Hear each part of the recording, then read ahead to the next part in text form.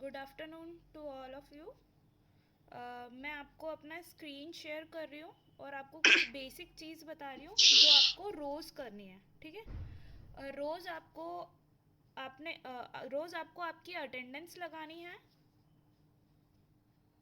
आवाज़ आ रही है सभी को मेरी? सभी को आवाज़ जी मैम। आ रही है? यस मैम, आ रही है। हाँ।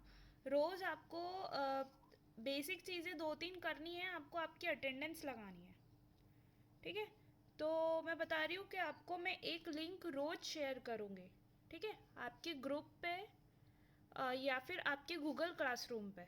तो पहले तो अटेंडेंस लगाना मैं बता दे रही हूँ आपको। एक पर्टिकुलर रोज मैं एक लिंक शेयर करूँगी आपके ग्रुप पे।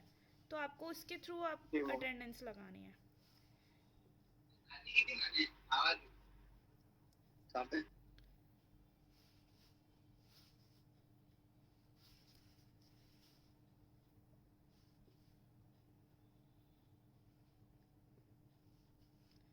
यहाँ पर भी शेयर करिए मैंने चैट में जा कर के, और आपके व्हाट्सएप पे भी मैं शेयर कर दे रही हूँ।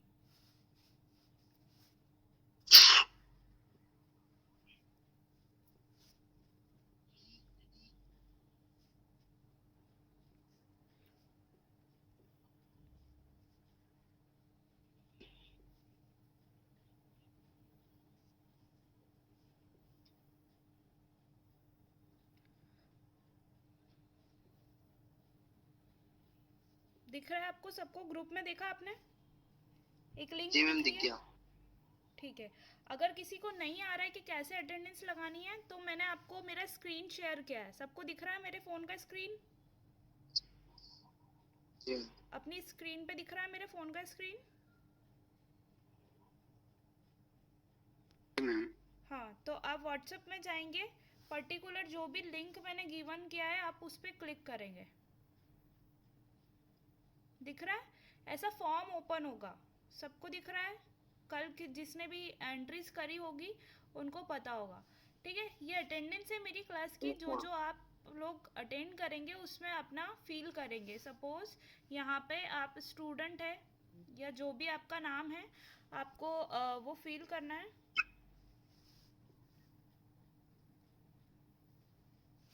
यहाँ पे आपको अपना नाम फिल करना है, रोल नंबर फिल करना है और आपका कॉन्टेक्ट नंबर फिल करके आपको सबमिट करना है।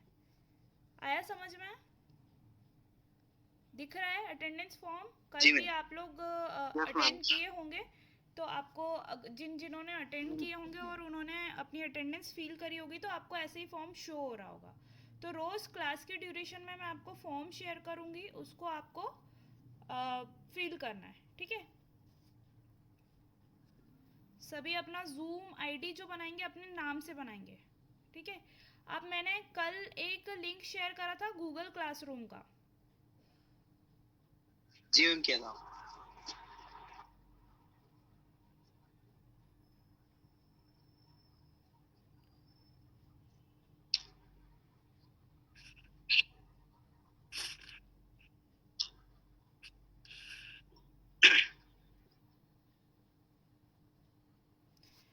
उस लिंक पे क्लिक करके आपको दोनों क्लास में ऐड होना है।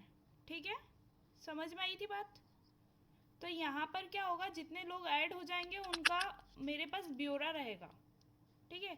अब यहाँ पर आप कुछ भी, जो भी आपका क्लास वर्क है मैं डाल दूंगी। और अगेन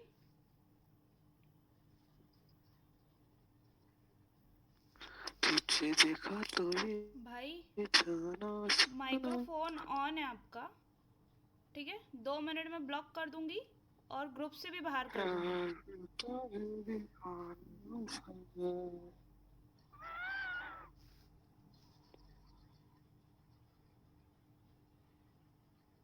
कौन था ये गाना गाने वाला?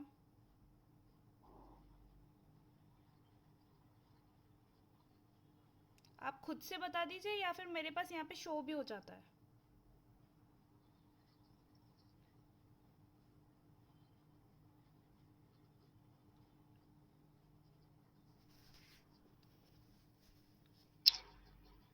गूगल क्लासरूम पे आपको ऐड होना है।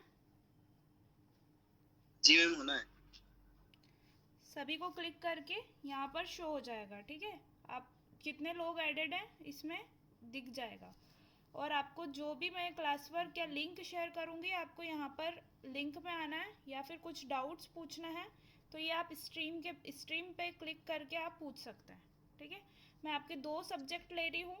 एक तो है अपना प्रोफेशनल स्टडीज़, नहीं पीडी है, सॉरी प्रोफेशनल डेवलपमेंट है, ठीक है। पीए हुआ करता था उसी टाइप का ये वो है सब्जेक्ट है, ठीक है। दूसरी चीज़ है कि मेरा बिल्डिंग मटेरियल एंड कंस्ट्रक्शन है सब्जेक्ट, ठीक है। बिल्डिंग मटेरियल एंड कंस्ट्रक्शन, पहले ये बिल्डिंग टेक्नोलॉजी और बिल्डिंग कंस्ट्रक्शन अलग हुआ करता था, मगर अभी ये जॉइंटली हो गया है, ठीक है। बिल्डिंग मटेरियल में आपको बिल्डिंग मटेरियल से रिलेटेड सारे सब्जेक्ट, मतलब ये सारी चीज़ें पढ़नी है, उसके रिलेटेड टेस्ट भी पढ़ने हैं और उसी से रिलेटेड आपका वो भी पढ़ना है, जी मैम।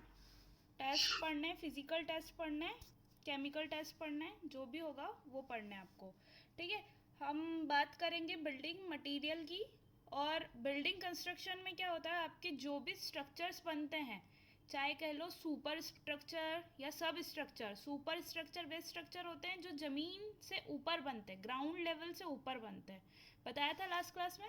और सब स्ट्रक्चर वो होते हैं जो ग्राउंड लेवल से नीचे बनते हैं, ठीक है, लाइक प्लिंथ, फाउंडेशन, नींव और वो सब, ठीक है। तो अभी तक आप बेसिक पढ़ते आ रहे थे, फर्स्ट ईयर में आपने सब कुछ बेसिक पढ़ा था, चूँकि सेकेंड ईयर में आ गए तो आपको आपकी ब्रांच से रिलेटेड आपको पढ़ना रहेगा, ठीक है। आज स्टार्ट करते हैं हम बिल्डिंग टेक्नोलॉजी की, ठीक है, पदार्थ तकनीकी। कल भी मैंने समझाया था, आज कुछ लोग नए हैं तो थोड़ा हम रिव्यू कर लेते हैं वापस से, ठीक है। पदार्थ तकनीकी क्या चीज़ होती है, क्या समझते हो आप तकनीकी शब्द से?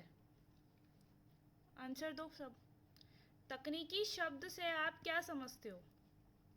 आधुनिक मैम, तकनीकी आधुनिक, या उसके बारे में पूरा नॉलेज होना, हमको जो चीज़ हम यूज़ कर रहे हैं उसके बारे में प्रॉपर ज्ञान होना, ठीक है, उसकी विशेषता पता होना, उसकी नेगेटिव पॉइंट पता होना और पॉजिटिव पॉइंट पता होना, ठीक है। वही होता है हमारा पूरा नॉलेज हमारे पदार्थ का, जो हम हमारे कंस्ट्रक्शन में यूज़ करने वाले, बनाने वाले, जो बनने में जो उपयोग में होने वाले हैं, हम उसका ज्ञान संग्रहण करेंगे, ठीक है। तो हमको बेसिक सी चीज़ है, हमारा मटेरियल उत्पन्न कहाँ से हुआ, बना कहाँ से, मतलब उसका ओरिजिन क्या है, उद्गम क्या है, ठीक है। हम उस पे बात करते हैं, हर मटेरियल के उद्गम पे बात करेंगे। कुछ मटेरियल हम खुद से बनाते हैं, जैसे सीमेंट हुई, या आर्टिफिशियली मानव निर्मित पदार्थ है, ठीक है। रेडीमेड हमको बना हुआ या प्रकृति हमको बना करके नहीं देती है, मनुष्य ही इसको बनाता है, ठीक है। दूसरी चीज़ ये होती है कि कुछ हमको फ्री ऑफ कॉस्ट हमारी प्रकृति बना के देती है, प्रकृति ही दे देती है, जैसे हमारे स्टोन्स हुए, ठीक है, पत्थर हुए, ठीक है, उसको हम क्रश करके हम एग्रीगेट बनाते हैं, गिट्टी बनाते हैं। गिट्टी भी 2 प्रकार की होती है, ठीक है, एग्रीगेट भी 2 प्रकार के होते हैं, मैंने बताया था आपको। और उसको भी फिर हम पढ़ेंगे कि उस पर हम कौन कौन से टेस्ट लगा सकते हैं, उस पर कौन कौन से हम क्या बोलते हैं कि उपयोग में कहाँ कहाँ ले सकते हैं, ठीक है। 2-3 तरह के टेस्ट होते हैं हम जो स्टोन्स पे लगाते हैं, ठीक है। बाकी ब्रिक होती है, ब्रिक पे भी 2-3 तरह के टेस्ट होते हैं। ब्रिक आप सभी लोग जानते हैं। ईंट क्या होती है, ईंट के बारे में अभी तक हम सिर्फ बहुत बेसिक सी जानते हैं, हमको कलर दिखता है और दीवारें बनाने में उपयोग की जाती है, ये बस हम जानते हैं। अब हम उसके बारे में पूरे इंटरनल चीज़ें जानेंगे कि कैसे बनती है, उसका प्रोडक्शन कैसे हुआ, क्या क्या कंपोनेंट मिलके उसको बनाया गया, क्या क्या पदार्थ को मिला करके हमने उसको बनाया, ठीक है, हम उस पे जाएंगे। फिर दूसरी बात ये होती है कि आता है हमारा टिम्बर मतलब लकड़ी कहाँ उपयोग में लेते हैं, क्या क्या चीज़ें उससे बनाई जा सकती है। दूसरी चीज़, उसका जब उद्गम हुआ तो ऐसे ही सिंप्लीफाइड हमने ऐसे ही काटा और लगा लिया लकड़ी को, या फिर उसको ट्रीट करना मतलब उसमें और कुछ बदलाव करना, या फिर उसको सीजन करना, सुखाना, या फिर उसको ऐसे फॉर्म में लाना जिस फॉर्म में वो उपयोग में लिया जा सके। ठीक है, अब अगली बात होती है हमारी कंक्रीट की। कंक्रीट मैं कल समझा चुकी थी, तीन चीज़ों के मिक्सचर से बनता है, सैंड, सीमेंट एंड एग्रीगेट। अब बात होती है सैंड मतलब क्या? सैंड मतलब हमारी होती है रेती। ठीक है, आप सभी जानते हैं और सभी ने देखी होगी रेती।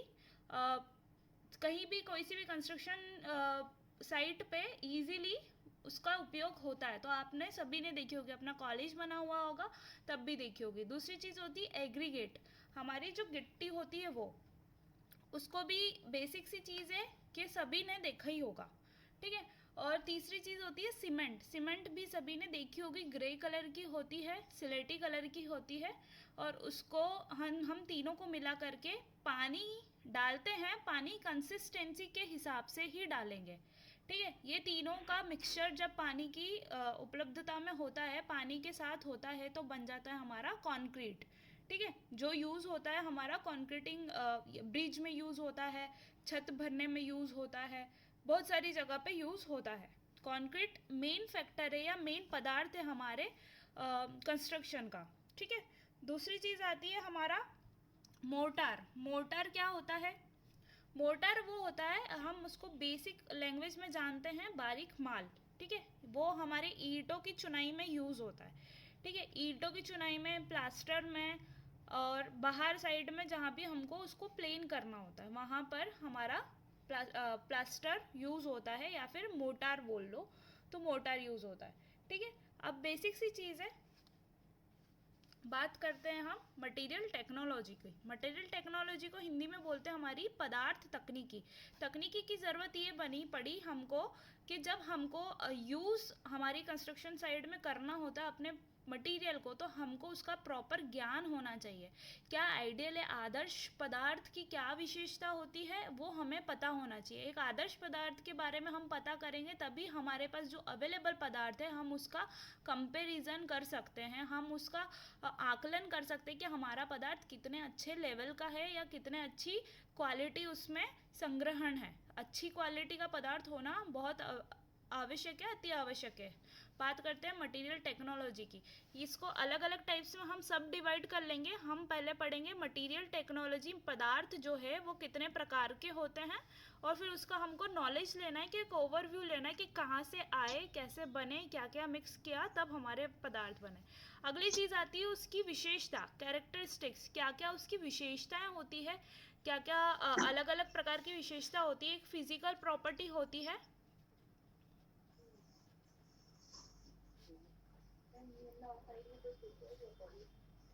दूसरी होती है केमिकल प्रॉपर्टी।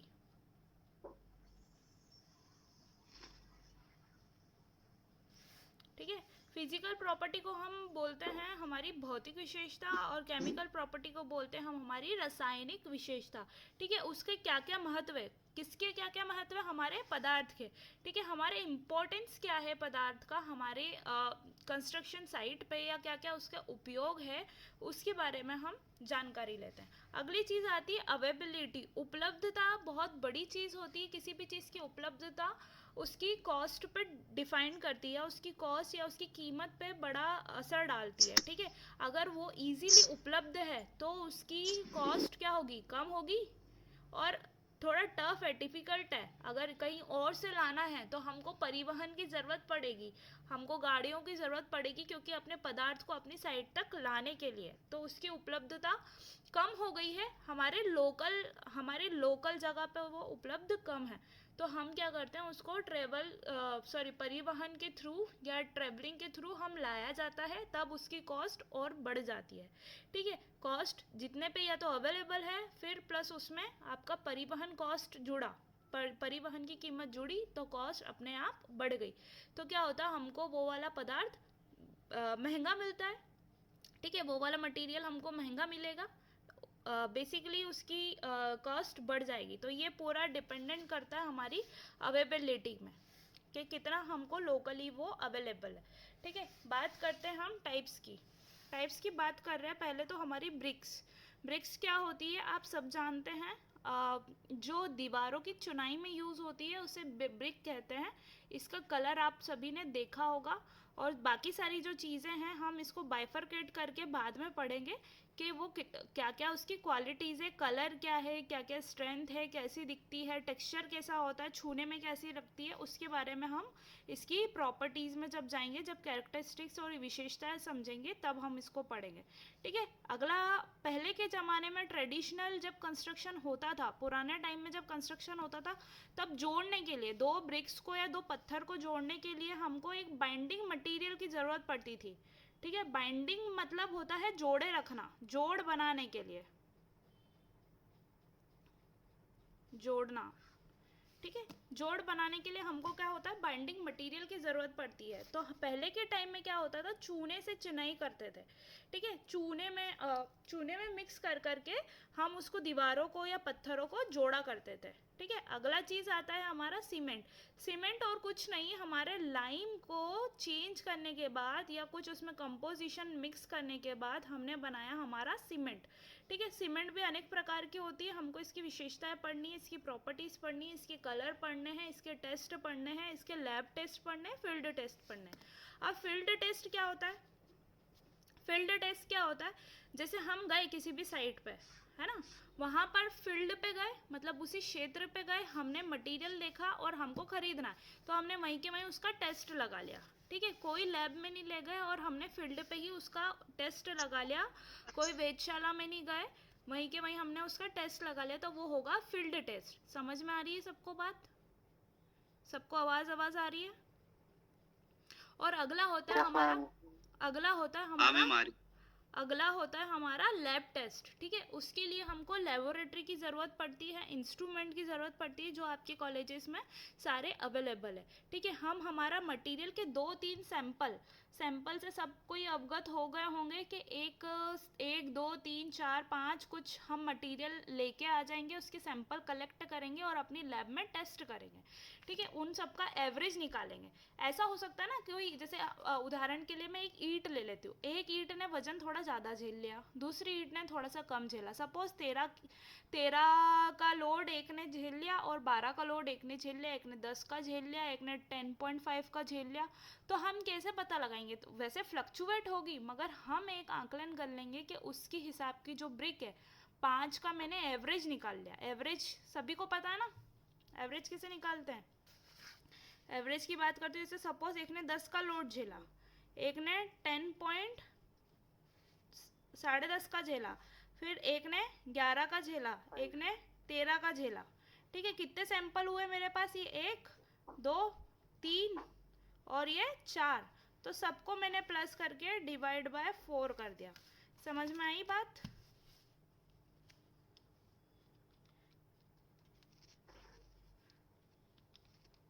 एक ने 10 का झेला, एक ने 10.5 का झेला, एक ने 11 का झेला, एक ने 13 का झेला। क्या झेला? लोड। ठीक है। 4 सैंपल थे हमारे पास, तो डिवाइड बाय हम 4 कर देंगे, तो इनकी एवरेज स्ट्रेंथ क्या निकल के आ गई हमारे पास? सबकी 11.125। आई बात समझ में? तो ये हम हमारी ब्रिक की स्ट्रेंथ मान लेंगे। ठीक है। ऐसा नहीं कि मैडम एक ने अलग झेल लिया, दूसरी ने अलग झेल लिया, तो हम क्या करें, हम सबका चारों सैंपल है तो चारों सैंपल का एवरेज निकाल लेंगे। एवरेज सभी ने निकाला होगा 9वीं 10वीं में। ठीक है। अगली चीज़ बात करते हैं हमारी, सीमेंट हो गई। इसमें मिक्स करके हम कंपोनेंट कुछ मिक्स करके उसके अलग अलग कंपोजिशन में मिक्स करके हम क्या बनाते हैं? सीमेंट बनाते हैं। अलग अलग प्रकार की आती है, अलग अलग कलर की आती है। वाइट सीमेंट आती है, कलर्ड सीमेंट आती है, ऑर्डिनरी पोर्टलैंड सीमेंट आती है, रैपिड हार्डनिंग सीमेंट आती है, क्विक सेटिंग सीमेंट आती है। ये सब चीज़ें अलग अलग होती है। जब आप सीमेंट की प्रॉपर्टीज़ पढ़ोगे तो आपको पता पड़ेगा कि ये अलग अलग प्रकार की सीमेंट क्यों बनी। आप जब इसके टेस्ट पढ़ोगे कि कौन सी सीमेंट कितनी देर में सेट होती है, उसका इनिशियल मतलब कम से कम कौन सा टाइम है जब से वो सेट होना स्टार्ट हो जाती है, फिर कब तक कौन सा फाइनल टाइम है जब तक वो पूरी तरह से सेट हो जाती है। ठीक है। हम फिर सीमेंट पढ़ेंगे। फिर हम बात करते हैं मोटार। मोटार को साधारण लैंग्वेज में हम बोलते हैं बारीक माल। ठीक है। आप सभी ने देखा होगा जब ईंटों की चुनाई होती है तो एक बारीक माल मिलाया जाता है। ठीक है। वो सिर्फ 2 चीज़ों के कंपोनेंट से मिलके बनता है। ठीक है। क्या क्या कल बताया था संजय? क्या क्या चीज़ें होती है, बारीक माल कैसे बनता है? जी मैम, वो मोटार हाँ, जो सैंड और आज वो सीमेंट को जब मिलाएंगे तो हमारा बनेगा मोटार, ठीक है, पानी के साथ।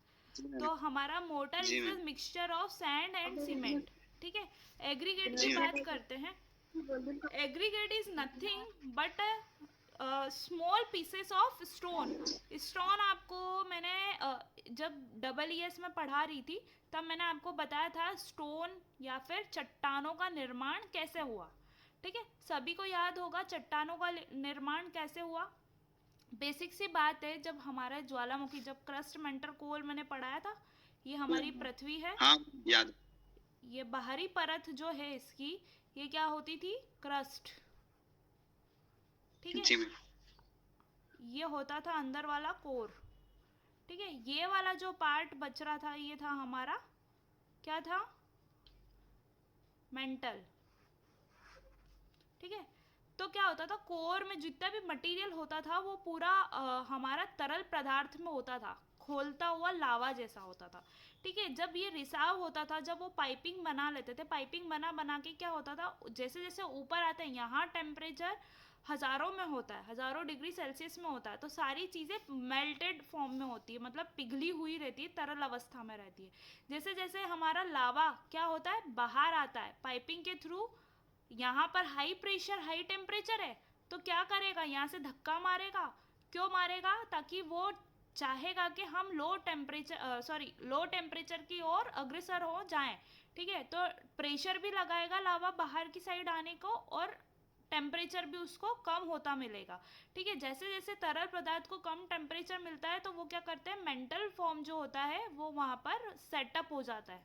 सेट हो जाना मतलब जम जाना, ठीक है। तो मेंटल आधा तो कैसा रहता है, ठोस रहता है, और बाकी जो कोर से लगा हुआ रहता है वो तरल अवस्था में रहता है, ठीक है। समझ में आई बात कि नहीं आई। और यही मेंटल जब हम खुदाई करते हैं, चट्टानों की खुदाई होती है, जब वो सब होता है, निकलता है, तो यही मेंटल तक हम इससे स्टोन प्राप्त करते हैं, ठीक है। वही लावा हमको जब डिपॉजिट फॉर्म में, जमा हुआ फॉर्म में मिलता है, तो वो क्या होती है, चट्टाने बन जाती है, ठीक है, स्टोन बन जाते हैं। अब वही बड़ी की बड़ी शिलाओं को हम क्या करते हैं, क्रशर में काटा जाता है, बनाया जाता है, तो हमको क्या मिलता है, एग्रीगेट, ठीक है। गिट्टी मिलती है छोटे छोटे फॉर्म में। आप देखना जरा, आपके आसपास से कोई गिट्टी विट्टी उठा करके देखिएगा, आपको समझ में आएगा, उसका कलर भी थोड़ा कहीं कहीं डिफरेंट हो जाता है, ठीक है।